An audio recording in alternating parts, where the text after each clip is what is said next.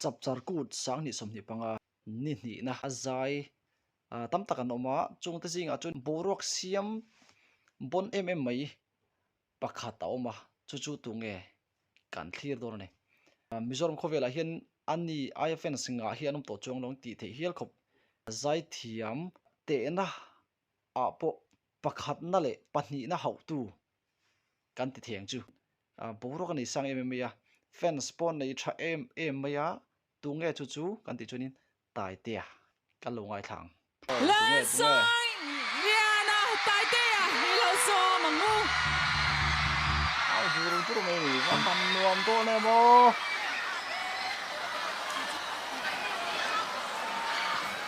mi pui tho man rat tak ye chu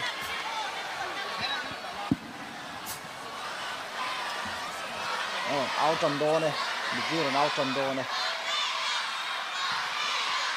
wow ai muốn chung thể zoram hmangaih tu ti duang do lang o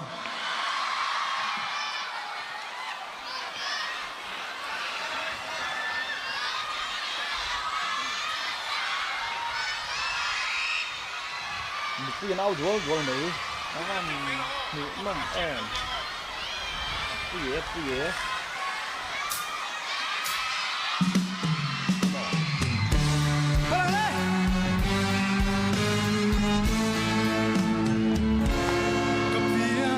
zoram tua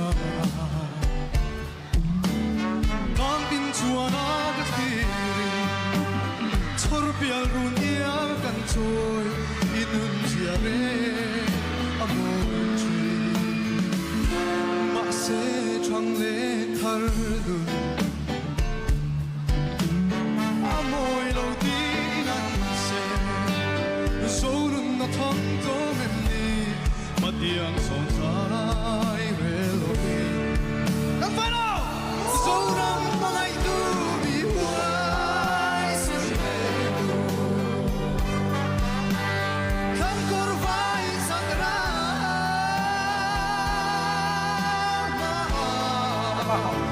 insa mai dorem le zoram paran tia hi sangai lo vala trong ta se iram le nam him na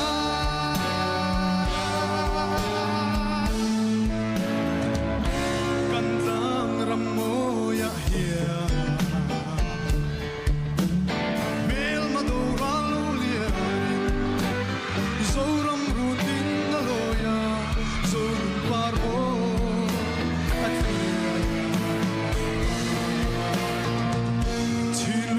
chuang zo phân a thăng a tong ngai si lo khua kan tai ma nge hianin aru thalai huai sen te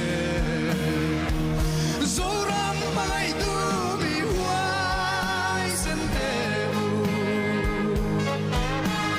kan korvai sakra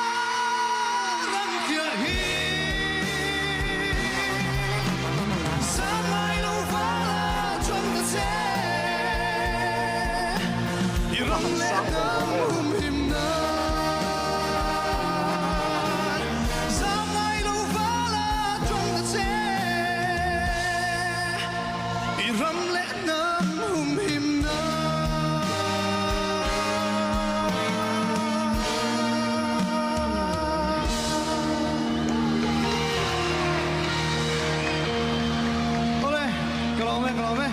ama han mo em o zai thiam ra phak el Ale thiam Taitea kan lome kan musician te ole tai te chu awa han zai sang veng vong em o thiam khop maya ei mi pui pon an lom em maya bon ani bon ngai thak phok chi ni hi